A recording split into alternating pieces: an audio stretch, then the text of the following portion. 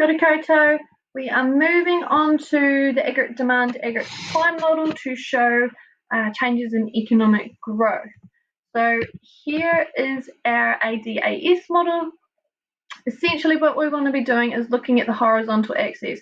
So any increases in real GDP means that we've produced more goods and services. If we've produced more goods and services, then we must have had increases in economic growth.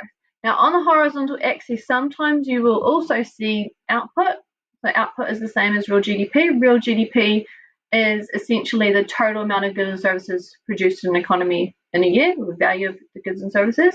So therefore it's equal to the output of the economy.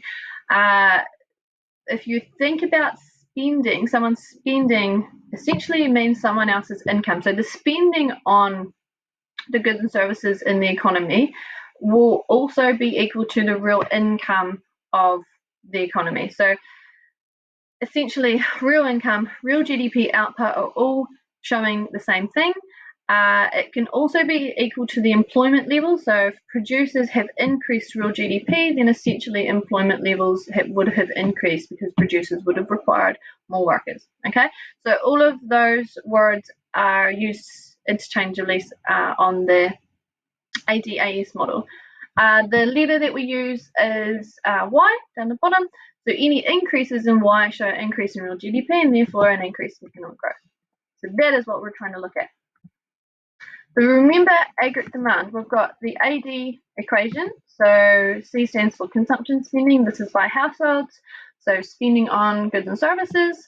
This is affected by interest rates because interest rates will affect consumers' savings and therefore their spending, their disposable incomes, their incomes after tax, inflationary expectations, what they expect to happen to the price level in the future, and consumer confidence, how confidence consumers feel about having a job in the future, security, that type of thing. So if they're feeling confident in the future, then they would be increasing their spending because they are sure that they're going to have a job, so they'll have income in the future to be able to spend.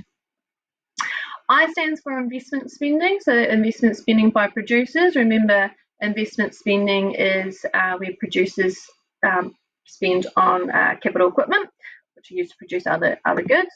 So this is affected by interest rates, usually because producers will borrow money to be able to increase their investment spending, and it's also affected by business confidence. So business confidence is how businesses perceive future sales and therefore revenue. So if they have a high business confidence, then they will predict that sales in the future would be increasing. So if sales are increasing, then producers will require more capital goods to produce those goods that they will be able to sell in the future. G is government spending. This is dictated by the government.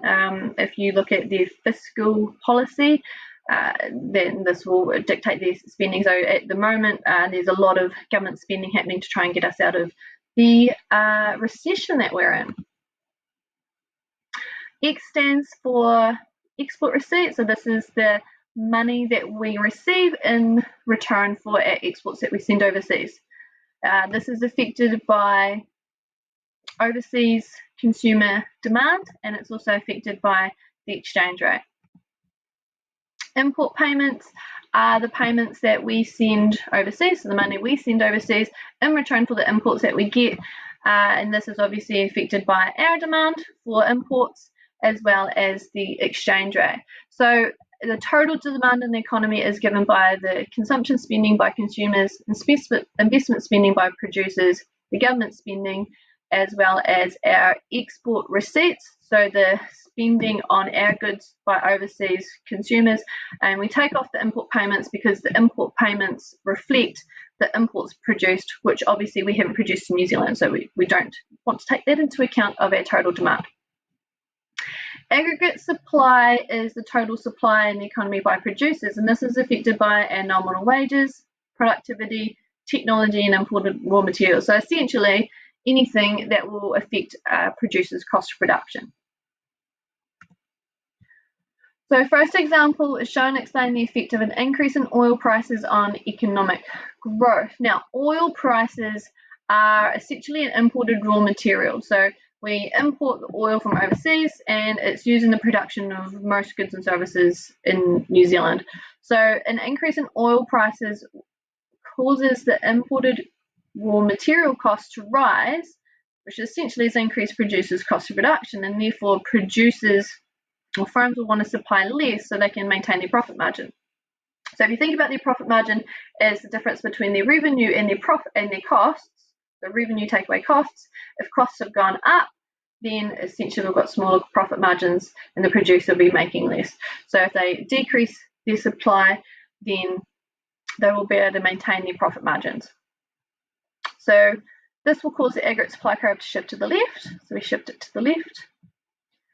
And we label the new curve and show the new equilibrium. So the new equilibrium output is at Y1, so our real GDP has fallen and our price level in the economy has increased. So essentially this means that there's been an increase in inflation, but we don't need to worry about that in the economic growth paper. So we can say that real GDP will fall from Y to Y1, therefore economic growth will decrease as there will be less goods and services being produced in the economy. So what you need to do is make sure that you specifically say what's happened to economic growth, because that is what the question is asking. The second example is shown to explain the effect of an increase in business confidence on economic growth. So if you remember, business confidence is one of the factors that will affect investment, and investment is one of the components of aggregate demand. So therefore, we should have an increase in aggregate demand. So we've got an increase in investment spending by producers due to the increase in business confidence. This will cause an increase in aggregate demand. So a curve moves to the right. And then we have an increase in the price level and an increase in real GDP. So again, an increase in real GDP means that we've got an increase in economic growth, and therefore we must have produced more goods and services in the economy. If you look at the sentence that says, as the output rises to match the increase in demand, essentially there's been an increase in demand by producers. They've had an increase in demand for capital goods, so machines, and therefore the output will rise to match the increase in demand. Output by the producers that make the machines will increase to match the demand. So currently at the moment, we've got the coronavirus affecting the economy. Now, it's actually affecting economic growth quite substantially. We know that at the moment, you would have heard that we're going into a recession. Apparently, some countries are even going to go into a depression, which is a really bad recession. And this is essentially because we have quite low spending in the economy. So at the moment, consumption spending by consumers is very low because consumers don't know about their employment prospects, so they could essentially be losing their job in the future. Two, some people have actually already been laid off, so their unemployment has increased. So therefore they won't be wanting to spend. So consumption spending has gone down. You can see in this graph that I got from the Treasury's website that we have decreased spending on most products, so consumables, durables, fuel, and apparel. So apparel's like clothes. So the spending on all of those things have gone down, and the only thing we've increased spending on is obviously hospitality. So essentially, our consumption spending in the economy has decreased.